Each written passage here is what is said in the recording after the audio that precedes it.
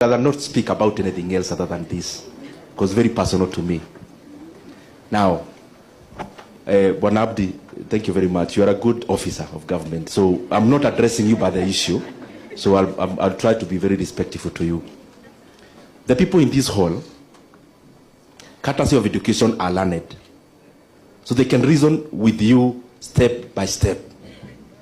So you said a 90-page document to our principals. Then in the annexures, you put a gazette notice of 2015. My question is, one, what is that gazette notice supposed to serve? That's one. Secondly, can you show us the circular issued by the Minister of Education receding that?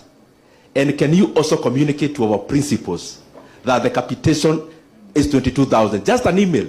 The same way you sent a circular, said one, confirming that the capitation is 22,000 shillings. And lastly, it is important for you also to address through this gathering that this calendar year that is ending, this education year, academic year, out of the 22,000, our schools have only received 14,000. If you minus the one for infrastructure, it is coming to 11,000 shillings. Are you going to pay this debt to our schools? Because if you don't pay, and you tell them, like they were told last year, the way they survived in that year, they also know how to survive. How do they survive when they are suppliers waiting to be paid? Thank you very much, Mheshimiwa, and thank you for your passion in education. You know, for you've really done well in that area. But all I just want to assure the communities outside there, the poor households, that I'm able to share with you the circular done by the CS right away. He did a press release, and therefore the capitation still stands at 22,244 for our senior schools next year. That is very clear. For the junior schools, it is 15,043. And there's already official communication. There's the capitation for primary is set to grow. And I think pronouncements have already been made from 1,420 to 2,238.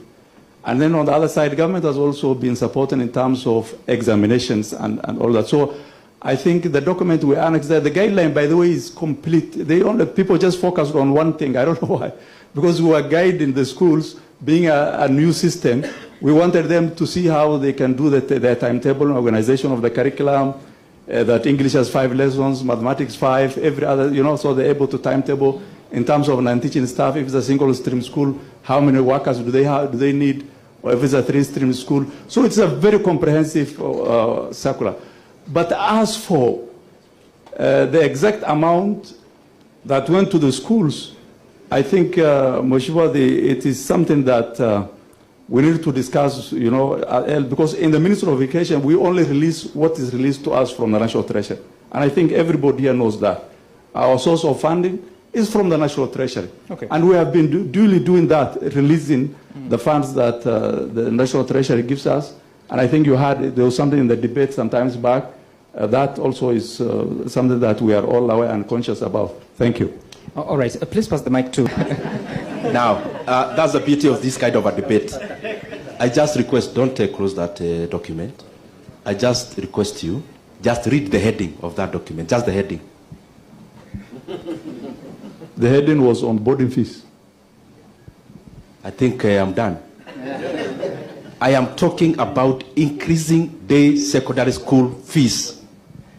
Bwana Abdi, the reason why the government sent the circular of 2015 is so that they don't communicate the reserving of fees. They act like they are reminding. Because there was no gazette notice of adding the 9,000. Some, as I told you, this matter is very personal, and I've done a lot of research on it. As we talk, the principals of day secondary schools, when they do the fee structures in the system of government, Bwana Abdi, they are not able to do it without including the 9,374. So I request you, because I see the entire government is embarrassed for trying to add school fees in January. And they are trying to gauge the how Kenyans will react. Just go and tell the minister and even the higher authorities. Kenyans have responded. They are very angry. They need a clear guideline and a clear circular to our day scholars and unlock the system that the principals use to do fee structures, because as it is now, the government has abdicated on 9,000, thereby increasing the secondary school fees by 100%. That is why you are actually referring to actually a wrong circular.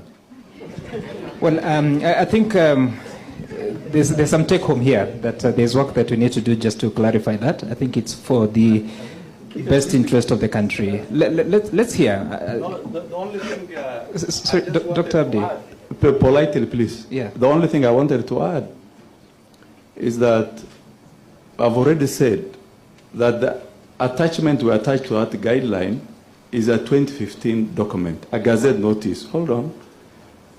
And at that time, parents were required to pay 9,374. And the capitation at that time was 12,870. It all adds up to the current 22,244.